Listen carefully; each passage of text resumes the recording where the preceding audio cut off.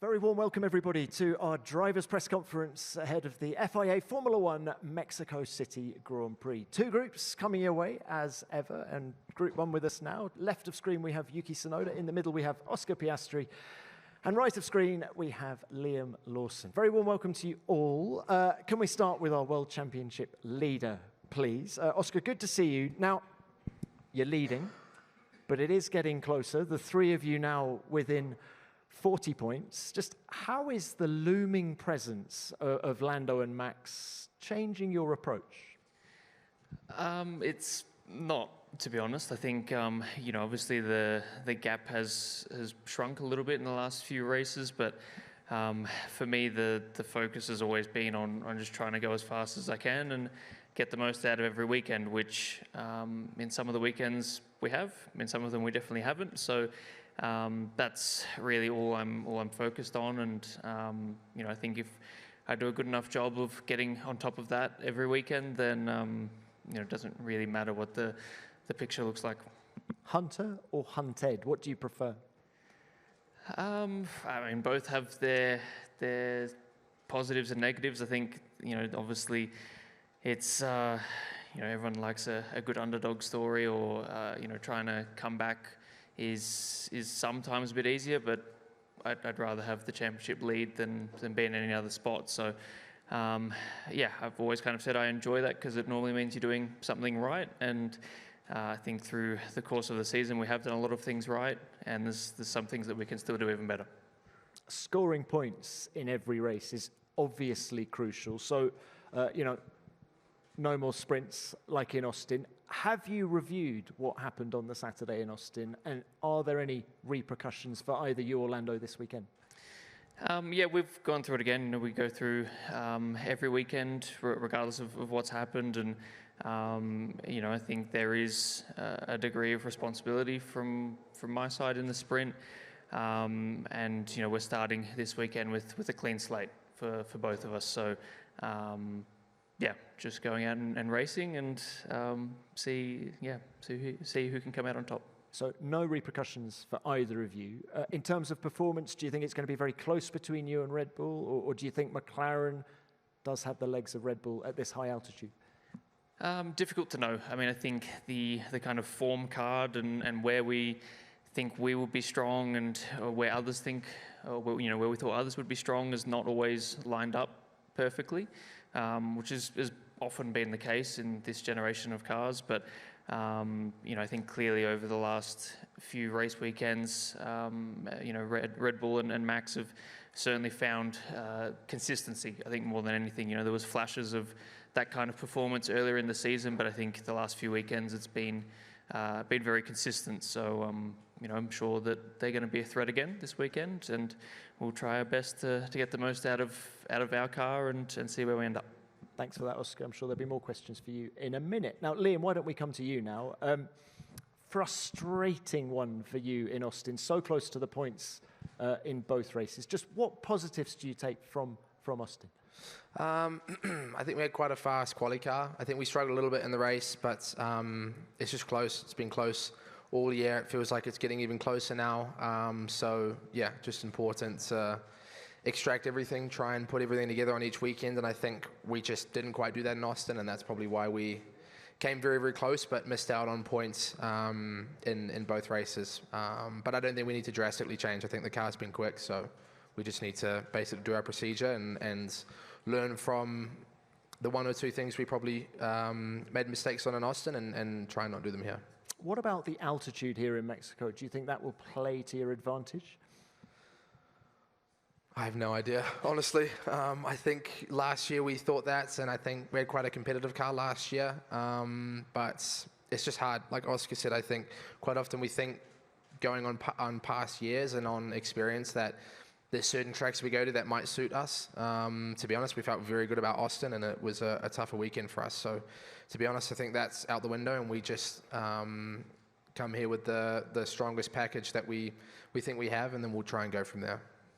Now, it's an important period ahead for you and the team, isn't it? Because your future in Formula One is going to be decided. And of course, the team's Constructors' Championship position is going to be decided as well. Just how are you personally approaching the next few weeks?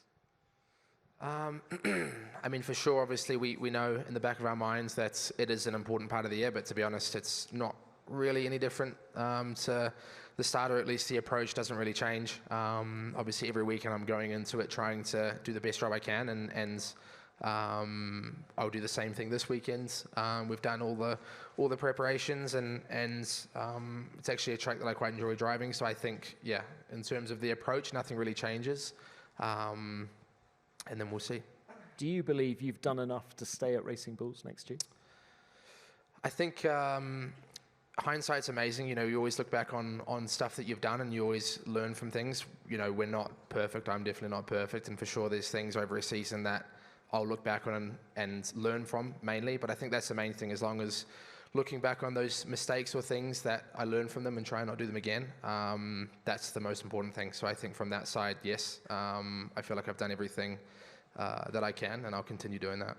All right. Liam, thank you for that. And Thank Yuki, you. can I bring you in on this topic now of your future, the team's battle in the Constructors' Championship as well? How are you going to play the next few weeks? Yes. Hi everyone. It's same. I think Austin was some mixed race week, but it was good races in both races and scored points. And yeah, I think definitely I'm in the right trajectory. Improving lots of stuffs. So I think, yeah, I'm confident what I'm doing now, and just keep pushing to, yeah, score points. I think there's still potential to be in a P2 team championship, and there's still potential to be the world championship. So I try to be in front of these guys, and yeah, help as much as possible. Yuki, as you say, the improvement is definitely there. Do you think you've done enough to stay at Red Bull next year? Yeah, like I said, I mean, I'm confident in what I've done and what situation I am, and yeah, obviously try to give the best as much as possible to improve myself as soon as possible and score points. So yeah, I just keep what I'm doing, and yeah, it's up to them really. It's what kind of a team lineup they want, but yeah, it's just. I think I'm improve a lot of things, and I also keep proving myself to deserve. I can be the same team, or yeah, next year. You're using the word improvement a lot, and so you should, because it is getting better and better. Can we just investigate where the improvements are coming from? How have you managed to unleash this new level of performance? Is it something to do with the setup? A lot of things, I would say. I've been this environment 5 years, and it's just how the pressure is, things going on in each team is different, and I think it's just not just setup. Especially I was struggling quite a lot in the long run, I would say, in the first beginning, and now I proved that quite a lot, a big step, and now. A little bit struggling to put it all together the whole weekend as a performance run in the long run. So that's what I'm focusing at. But just, yeah, basically, most important thing is I got support a lot from his team. And Laurent, yeah, those engineers, helmet, those without that I wouldn't be here and able to improve. So I think the tools are there, and that's why I started to be in a right direction, I guess. All right. Thank you, Yuki, for that. Right, let's now open this to the floor. We will start with the broadcasters. Who's first? Nelson, yeah. Nelson Valkenburg for Viaplay. For Oscar, given that you are the one that's being hunted, and given the fact that this is such a long run to the first corner, it seems that it doesn't matter where you qualify, there is going to be some chaos. How do you deal with it beforehand? Do you have a plan? How do you stay out of trouble and keep it clean going through first and second corner? It's a tough There we go. It's it is a tough place to start a race. You know, obviously with such a long run, I'd still rather be starting from first and trying to get the best run you can and give yourself the best chance of still leading the race. But yeah, ultimately you have to try and make what you think is the right decision and trust your instincts. Because, you know, sometimes the outside will work, sometimes the inside will work, sometimes the middle works. So yeah, you just kind of have to deal with the situation that you've got and yeah, try and deal with it as best you can because there's no magic formula. Thank you, Oscar. David Croft, Sky Sports F1. Another question to you, Oscar. How much of what you're going through at the moment has any resemblance, similarity to your F3 championship winning year, where your points lead was whittled down to nothing by the final round? And are you using that as a reference point to help you race to race? There are some similarities, yes. I think ultimately in this championship I feel stronger than I did in that year, and some things are a bit different. I think it's also similar to the Formula Renault championship I had, in some ways scarily similar. But I think the good thing I have is the evidence that I can pull it off and won both of those championships. So you know, those are nice things to look back on, definitely. But I also know that just because I've done it before doesn't mean it's automatically going to happen this time. But it is nice to look back on, you know, how I've handled those kind of situations in the past, the experience I have now from that, and yeah, how I can apply that to this year. But ultimately, it's about trying to go as fast as possible and try and qualify as best as you can and finish as high as you can. It's obviously not as simple to execute that, but the plan at least is pretty straightforward. Tim Herney, TSN. Another question for you, Oscar. Sorry. Does it concern you at all how much Max has been able to claw his way back into this championship? Is it something that you even think about? And if not, why? It's not really something I think about. No, I think, you know, he's been very consistent in the last few weekends and been strong as well. There's no denying that. But for me, there's no benefit for me in worrying about that or focusing on that. You know, the thing that's going to help me win this championship is trying to get the most out of myself, the most out of the car, the most out of the team around me.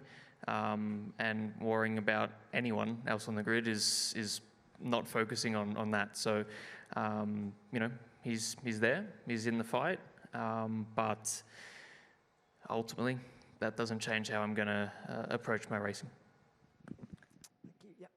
Mara San Giorgio, Sky Sport Italy. A question to Oscar.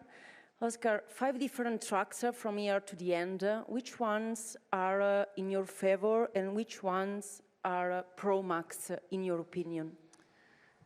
I think, like I said before, it's very difficult to read. You know, I think for me it's very difficult to predict who's going to be strong where. I think if anything, it's more about who maximizes their car each weekend rather than whose car suits different things. Because, you know, there was certain things of Austin that potentially worked well for us, but certain things that didn't, and a lot of other circumstances. So it's very, very difficult to judge, but I think it will be close everywhere we go. Okay, thank you. Who's next? Yeah. Tom Slafer, DAZN Spain. Question for Liam and Yuki. You were both talking about your future, and 3 out of the 4 available seats for next year are part of Red Bull family. Regardless of what happens or where you will be next year, would you like to know now your future, or do you think it's better to wait until the end of the year, until after Abu Dhabi?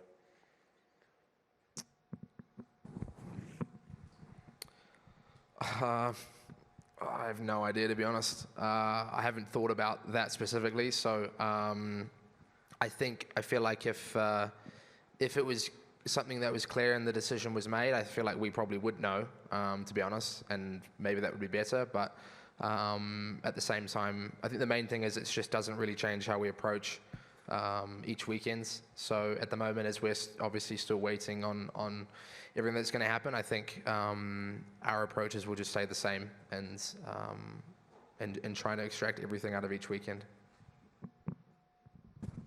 Yeah, that's a crazy question. I mean, I think being this Red Bull family for 5 years, and I think it's part of, you know, I know how it works here. I think I'm being in this kind of situation pretty much every year so far. So I know how it's handled in Red Bull. So I just keep proving myself and maximize the opportunity. And my most important thing is I'm very grateful to this opportunity that I've given, and I just have to maximize it as much as possible. That's the only focus I'm doing. Yeah. All right, thanks both. Laurent Dupin, Canal+, question for Oscar. Last time after the race in Austin, Max Verstappen said he would have called an idiot, someone telling him in Zandvoort that he would be in contention for the title. Back then, did you think that it would be only between yourself and Lando? I think probably yes, but I think probably everyone did. I think the run of form that he's had since Monza has been, I think, a bit of a surprise. I think that, again, there was flashes of that kind of performance at certain points earlier in the season, but there was also some pretty big dips. So for it to now be consistent, I think that is been a bit of a surprise. We know they've been still throwing a lot of things at their car, trying to improve it. So in some ways, it's not a huge surprise, but yeah, I think for everyone, he's probably coming to the fight quicker, and yeah, he's just come to the fight quicker than I expected. Question for both Liam and Yuki. Stakes are high for both of you. There was a little bit of aggro, it seemed, in Austin. Have you guys spoken after this weekend in America? Is everything clean? Are you happy with racing against each other, or haven't you spoken? Yuki? I don't think we have spoken in person. I don't really know what happened in Austin, to be honest. So. I apologize to the team, to the car. What I said in special media was very unnecessary, and I think it's yeah, that's it. Yeah, I mean it's an intense part of the season, so for sure, obviously each weekend's going to be tough. It's just incredibly close this year. So each session, especially in qualifying, we're trying to extract everything. So it's little things that make a difference, but